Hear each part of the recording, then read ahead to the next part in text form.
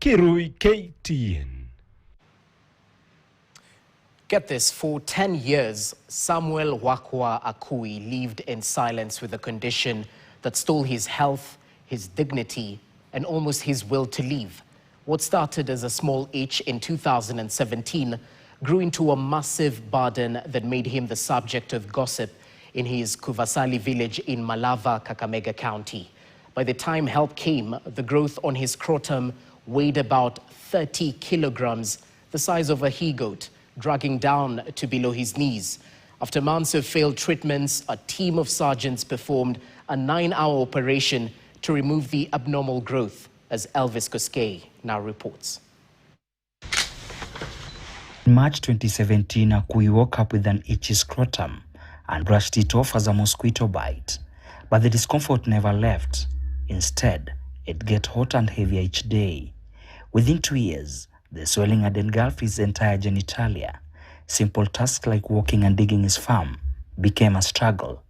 And eating at the dinner table with his wife and 3 children was the only normal part of his day. In the bedroom, he had nothing to offer.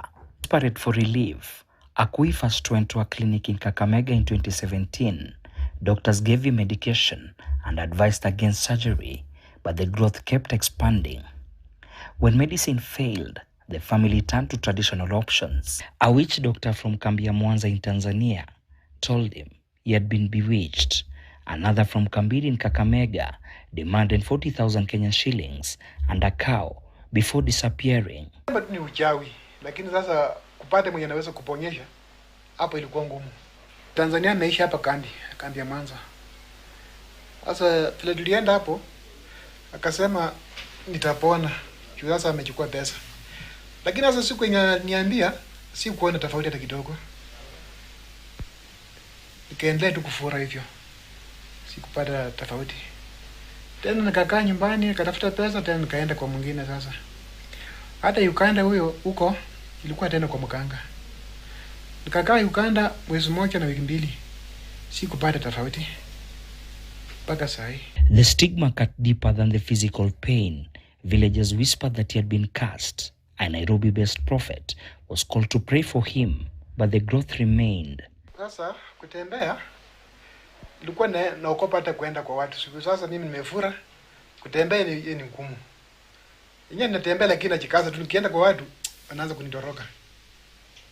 Tiliniuma, nikaanza kuchukwara, nikaanza kukuja pole hivi. Pole hivi, siku ikienda na inasonga. Siku ikienda na inasonga. Mpaka wa leo. Nimemaliza sasa miaka hii ya 10. Fulaia kitu iliniuma usiku, nilikuwa inawashwa.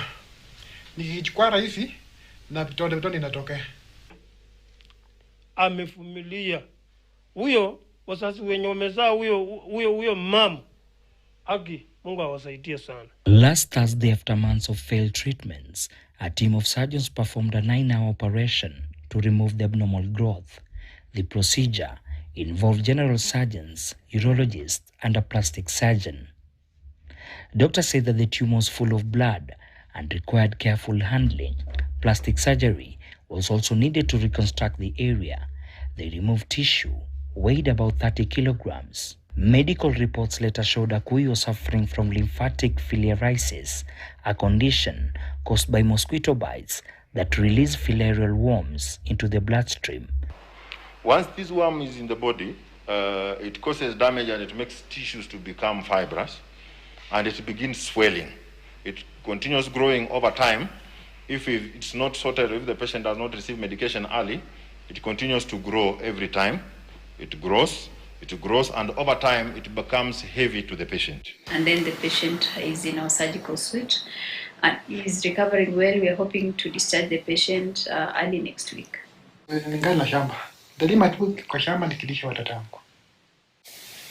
Elvis Koskei, KTN, Uasin County. Well, it's clear health is wealth. That story should be a reminder that well-being